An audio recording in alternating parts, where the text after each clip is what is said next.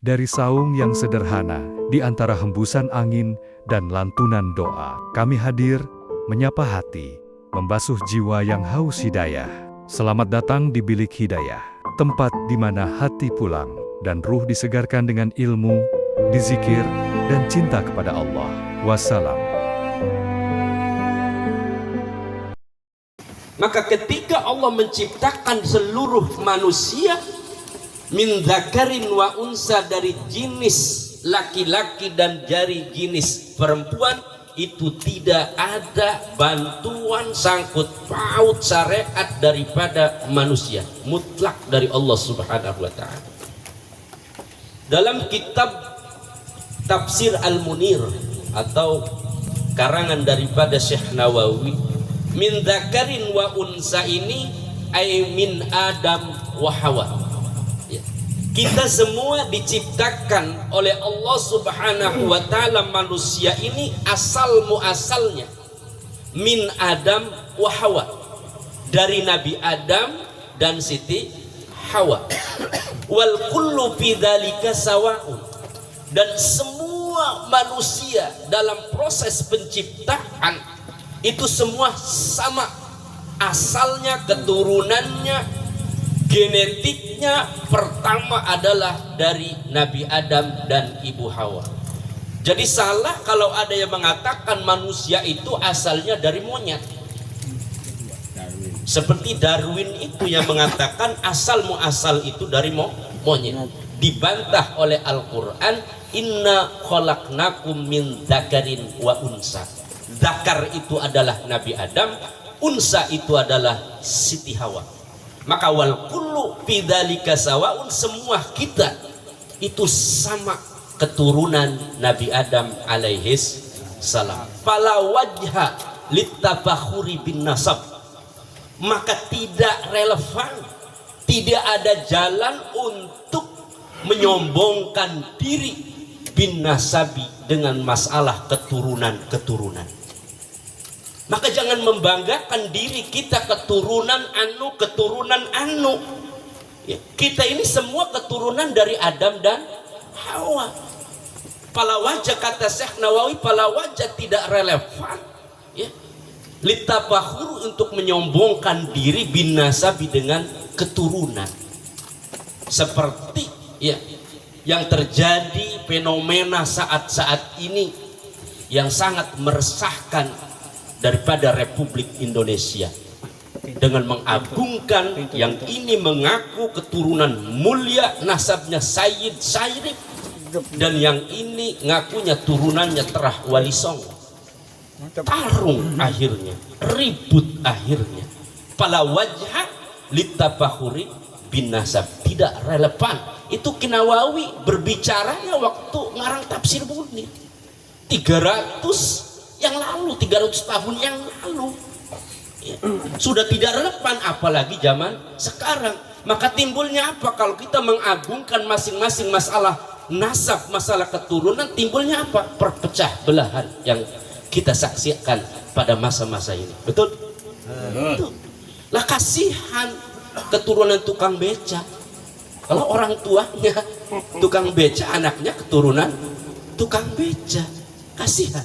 Kalau keturunan petani, anaknya keturunan petani. Kalau orang tuanya nelayan, nanti anaknya jadi keturunan nelayan. Maka tidak boleh. Ya.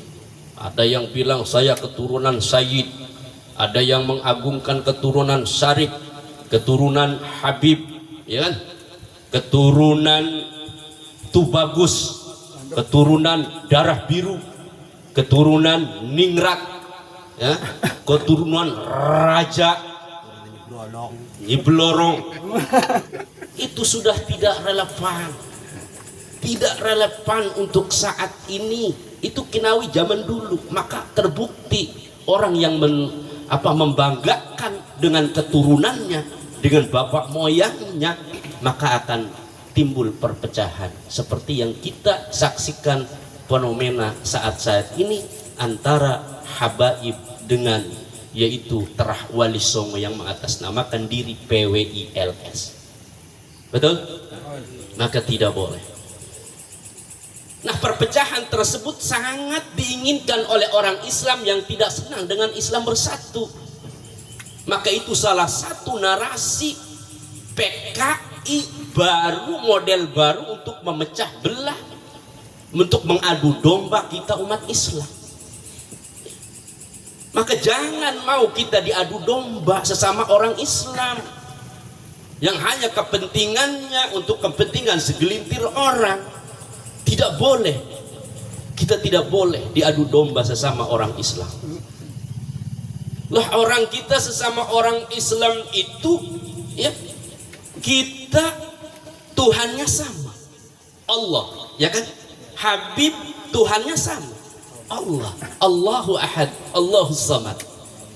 Salatnya sama, menghadap ke kiblatnya sama, syahadatnya sama, rukun Islamnya sama, rukun imannya sama, nabinya sama, kitab sucinya sama. Tetapi kenapa kita mau dibenturkan dengan sesama umat Islam? Coba. Tidak boleh kita. Maka fenomena yang terjadi pada saat ini sangat miris mendengarkan sesama orang Muslim saling bertengkar. Kita mendengar dari media bahwa di Pemalang sudah banyak korban jiwa, sudah banyak korban, ada yang luka. Mendengar ada 9, di antaranya yang 2 adalah polisi. Betul? Ada pengajian, ya, yang diselenggarakan oleh habaib, ya, itu diserang, ya, oleh pendukung-pendukung daripada ormas-ormas PWI, LS, ya. Itu tidak dibenarkan di dalam Islam. Yang ini Islam, yang itu juga Islam. Rombongan habaib ribut, Allahu Akbar. Mereka ribut, ya Allah, ya Qahar, ya Allah, ya Qahar. Nah, itu gimana? Tidak boleh, ya, tidak boleh. Itu adalah bentuk propaganda adu domba orang yang tidak senang terhadap Islam. Maka kalau kita direkrut, ya, untuk berperang sesama orang Islam, jangan mau ikut. Jangan mau ikut, tidak dibenarkan. Maka kejadian tersebut kalau berlarut-larut, ya, didiamkan, ya, tidak ada islah di antara dua golongan, ya, MPI dengan PWI LS, maka yang akan terjadi lebih besar lagi ke depan. Mungkin ada penculikan, mungkin ada pembunuhan dan lain sebagainya. Maka saya sebagai masyarakat kecil, tapi kecil-kecil juga, saya ini adalah anggota MUI, ya, anggota MUI. Jadi memohon kepada pemerintah, dalam hal ini Bapak Presiden Prabowo, Kementerian Dalam Negeri, ya kan, terus Bapak Kepolisian, TNI, dan juga unsur-unsur yang terkait di pemerintahan, tolong damaikan, tolong islah antara kedua belah pihak. Panggil, ya, Habibnya, ya, kepala-kepalanya, panggil Habib Riziknya, ya kan, panggil Taufik Assegafnya, panggil Habib Baharnya, dan juga dari pihak PWI LS panggil ketua-ketuanya, pembesar-pembesar pengurus daripada PWI LS, karena ini sudah meresahkan rakyat, sudah meresahkan juga Republik Negara Indonesia. Allahu Akbar. Allahu Akbar. Siapa kepalanya? Tuh, ya, Kiai Haji Abbas Buntet, satu. Yang kedua adalah Kiai Haji Imaduddin Usman, wong kresek, kita kepada bayi wong kronjo iki. Ya. Di antaranya ialah Fuad Pleret, dan kesepuhannya adalah Kiai Haji Roma Irama. Waduh, bakal Ya. Wong pada pengen bener baik kabeh ora pengen salah. Jadi tolong persatukan, yaitu bikin islah supaya meredam di masyarakat bawah ini, pendukung-pendukung. Nanti yang jadi korban kan orang-orang kecil.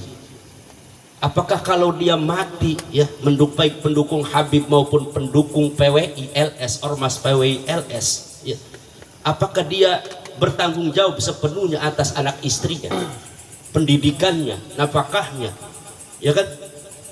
Tidak ada. Tidak ada jaminan seperti itu, ya kan? Kasihan yang jadi korban adalah orang-orang kecil. Tapi alhamdulillah di Banten tidak akan terjadi hal yang seperti itu. Ya, karena tidak akan tergoda dengan hal-hal yang sedemikian. Ya. Jadi mohon supaya meredam. Ya, karena banyak penumpang-penumpang gelap yang ingin menghancurkan yaitu Islam lewat bentrok atau perbedaan secara horizontal di antara kaum muslimin. Ini yang rugi bukan siapa-siapa, kita umat Islam sendiri. Betul? Betul. Dan ini dalam sejarah, memang dalam sejarah ini pernah terjadi di dalam Al-Qur'an.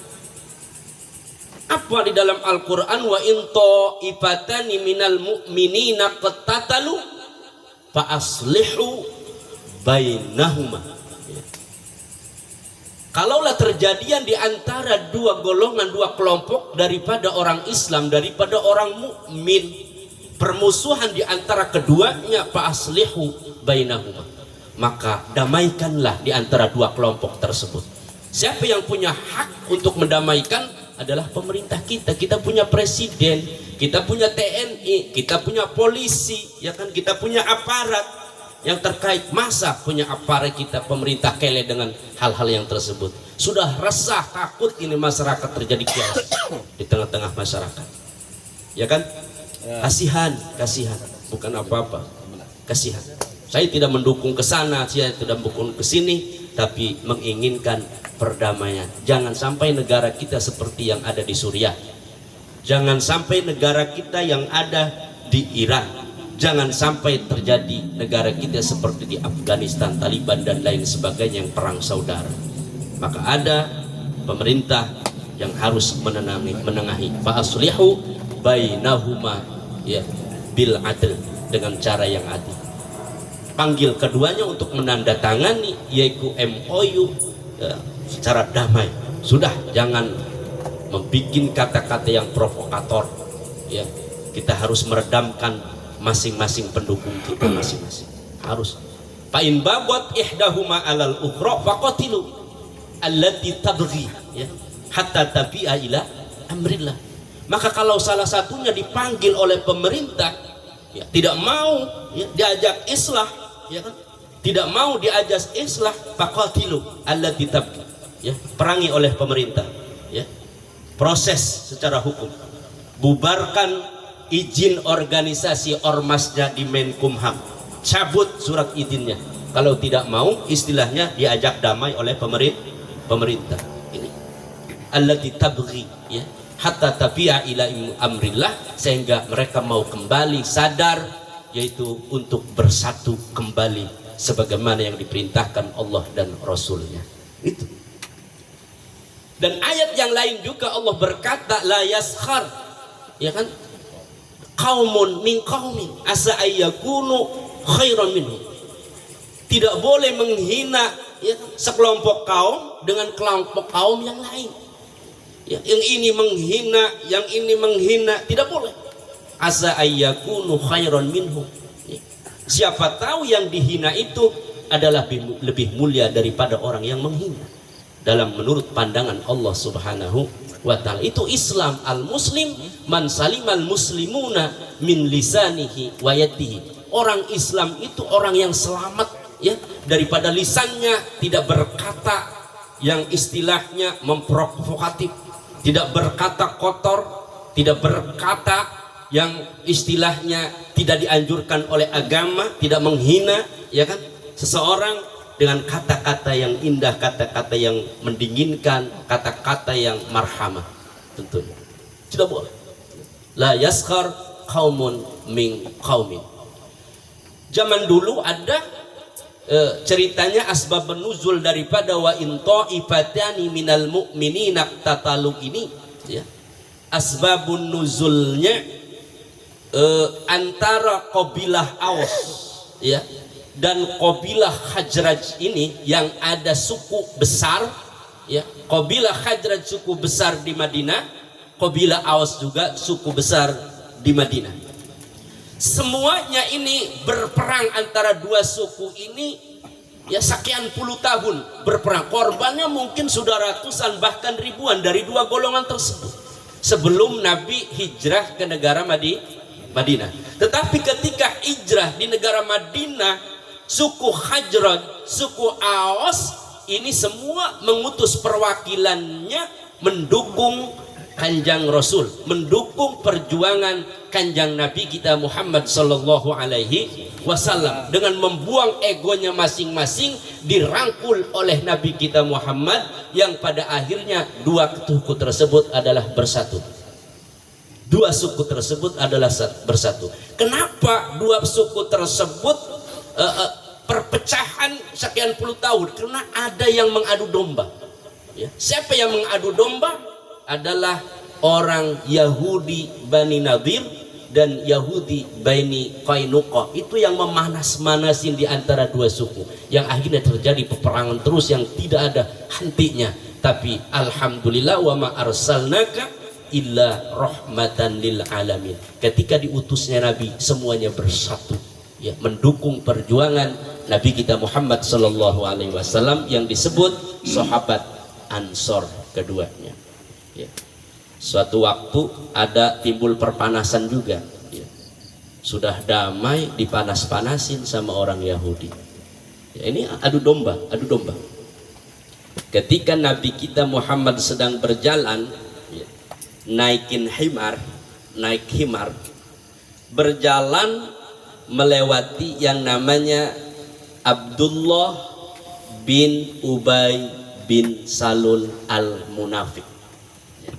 Melewati, ya, seorang yang namanya Abdullah bin Ubay bin Salul, tapi sifatnya adalah orang munafik. Ya. Nah, pada waktu itu himarnya Kanjeng Rasul itu kencing, ya, kencing, nguyuh. Himarnya Kanjeng Rasul nguyuh di dekat daripada Abdullah bin Ubay al-Munafiq. Apa kata Abdullah bin Ubay? Ya. Ya, kata Abdullah bin Ubay, ilaika anni, menjauhlah kalian, ya, daripada isun, karena air kencing himar itu telah menyakiti baunya, ya, kepada kami, sehingga apa istilahnya, hidungnya Abdullah bin Ubay ini dipegang karena merasa sakit dengan bau daripada himar Rasulullah sallallahu alaihi wasallam. Rasulullah tidak jawab, diam aja. Itu kan berbentuk penghinaan juga. Orang yang naiknya Kanjeng Rasul, memang himarnya, tapi kan di atasnya ada Kanjeng Rasul. Maka salah satu sahabat Nabi yang namanya Abdullah juga, Abdullah ibnu Rawahah, ini dari suku Aus, ya. Kalau Abdullah bin Ubay itu dari suku Khazraj, kalau Abdullah bin Rawaha itu dari suku Aus. Kata Abdullah bin Rawaha membela daripada Kanjeng Rasul, "Hei Abdullah bin Salul, ya, air kencingnya himar yang dinaikin oleh Rasulullah lebih bau harum misik daripada misik yang kamu punya, Abdullah bin Salul." Coba. Air kencingnya himarnya Kanjeng Rasul itu lebih harum daripada misik yang kamu punya. Itu kata Abdullah bin Rawaha. Yang satu dengan kata-kata menghina, yang satu membela Kanjeng Rasul. Maka tidak terima dihina dengan kata-kata tersebut, Abdullah bin Salul langsung emosi, mengerahkan kaumnya, langsung terjadi pertarungan pada waktu itu. Padahal sudah islah, terjadi pertarungan. Maka kata Kanjeng Rasul di islah, wa in turunkan ayat wa in ta'ifatani minal mu'minina tatalu fa aslihu bainahuma. Nah, ini yang punya suluh, yang punya hak untuk mendamaikan adalah seorang pemerintah, dan kebenaran adalah Rasulullah adalah seorang raja, seorang pimpinan terbesar kaum muslimin, seorang nabi dan rasul. yang mengislahkan. Alhamdulillah islah lagi. Nah ini ya, maka saya ya kepingin ya seluruh umat Islam ini adalah bersatu, jangan ada pecah belah di antara kaum muslimin. Yang terjadi fenomena saat ini yang kita saksikan sangat-sangat yaitu miris melihat sesama kaum muslimin dibentur-benturkan, selama kaum muslimin yaitu perpecahan dengan masing-masing yaitu merasa paling hebat, merasa ini yang paling mulia. Kata Allah, inna akramakum indallahi atqakum. Orang yang mulia itu ya, orang yang terhormat yang mulia itu adalah orang yang takwa. Itu orang yang terhormat, bukan orang yang nasabnya tinggi, bukan orang yang nasabnya keturunannya hebat, bukan.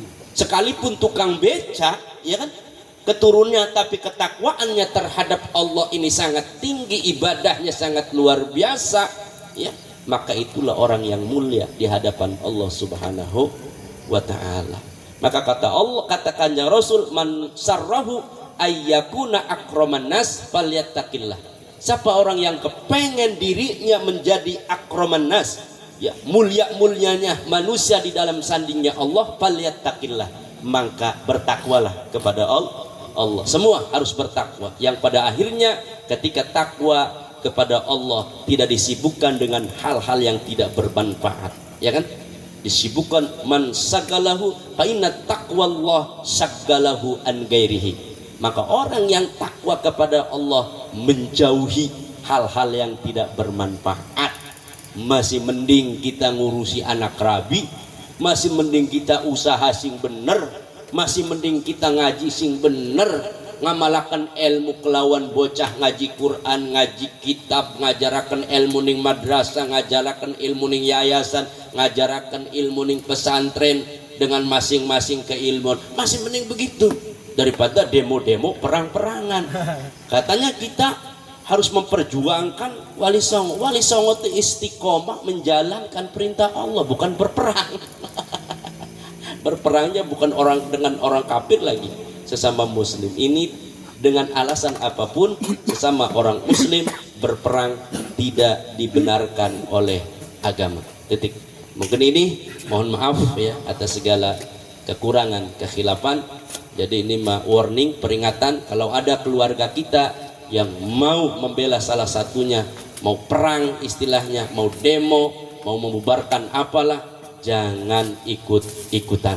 Itu jangan ikut-ikutan ya. Kalaupun mati pun ya, kita membela salah satunya, tidak ada kejaminan matinya itu adalah syahid ya. Tidak ada terjamin. Siapa yang menjamin matinya syahid? Ya kan, orang sesama orang Islam perang gimana? Kan? Aduh, ya kan? Al-qatil wal maktul finnar, ya kan? Ya. Sesama orang muslim itu al-qatil wal maktul finnar. Yang membunuh di neraka, ya yang terbunuh juga di neraka. Kok begitu? Al-qatil kan orang yang terbunuh. Masa dimasukkan ke neraka? Kalau yang masuk neraka itu yang membunuh. Yang terbunuh juga punya nafsu ingin membunuh orang yang membunuh itu, cuman keleh dia ya kan, punya niat keduluan ya kan, nafsunya juga ingin membunuh sesama saudaranya, cuman keduluan. Maka al-qatil wal maktul finnar kalau sesama orang Islam Pada blow on ya, pada blow on ya. Jadi mudah-mudahan kita semua terhindar dari fitnah-fitnah akhir zaman yang saat ini mengadu domba kaum muslimin. Hadanallahu wa iyyakum ajmain wal afwa minkum, wassalamu alaikum warahmatullahi wabarakatuh.